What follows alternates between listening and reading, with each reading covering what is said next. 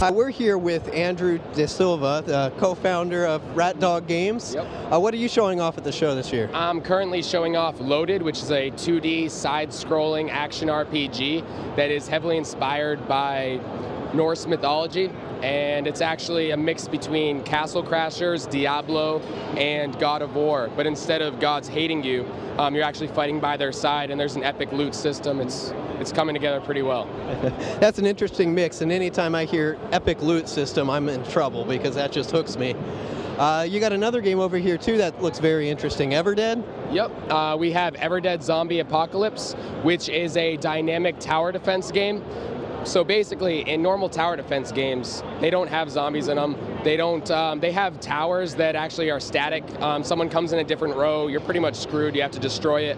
But for us, because we're actually using people as our towers, you're able to dynamically move them throughout the scene. So it's a side-scrolling game. At any time, you'll be pushed, there's checks and balances, you'll be pushed back, you might have to actually try and get up again. But it's a full zombie simulation. So during the daytime mode, you actually need to scavenge for supplies, and those same supplies are used at night to fend off the zombies. That carries on the story. During the day, it's kind of your downtime. Yeah. You get new survivors or new townspeople? You do. They have 3 class types. So you have a scavenger who mainly looks for food and water. You have engineers that look for scrap, and then soldiers who are the grunts that protect them on their journeys. And it sounds like you also have to balance food rations and food supplies and that type of stuff. Exactly. At any moment, you'll only have a finite number of people, so you'll have to decide, oh well, do I want to send Joey to the supermarket and gather some food, but there isn't going to be much scrap there, and I still need to prepare our defenses for the night. So you're definitely a chess game in that regard. So, zombie apocalypse tower defense simulation. Exactly. Perfect.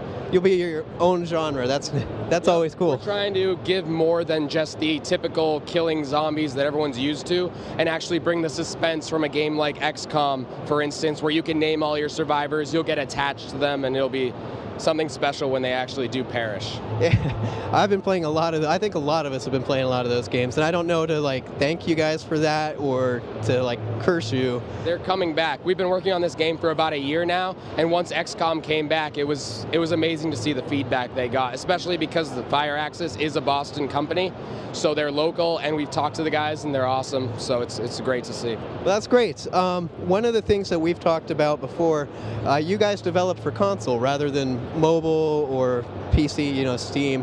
What's the decision making behind that? We actually were founded in 2011, and we started working on mobile primarily back when indies were basically on mobile. Since then, though, publishers have been attacking mobile with all their marketing dollars, and it's basically impossible to be seen. Most people actually in consoles are switching to mobile right now, but we're doing the exact opposite. We've been moving to PC, Mac, the Wii U, and with Sony on the PS4 and the Vita. Right, that was very exciting news that you were able to tell us today that you'll be on the PlayStation 4 as well as the Wii U. What is it that you would like to see most out of the next generation of systems as they come up? The best thing that I want to see, I've actually seen. It's the passion and dedication towards gaming.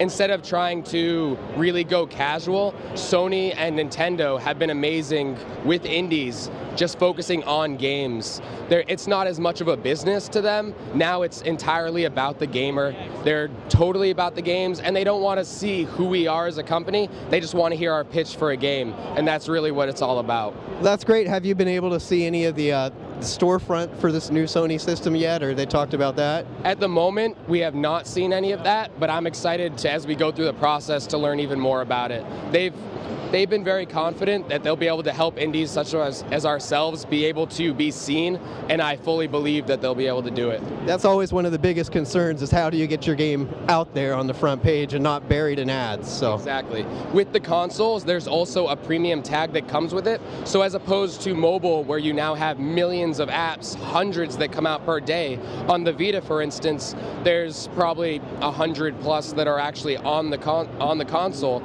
So if you buy a Vita, every game that's on it is going to be a quality piece of software, and that's what we want our company to represent. Well, that's exciting. Everything here looks very good, and we're looking forward to seeing more of you.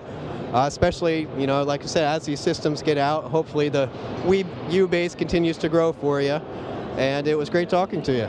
Thank you. It's been amazing to be able to talk about our games, and Loaded's actually going to be having a Kickstarter in the end of May, so be sure to check out more info on that.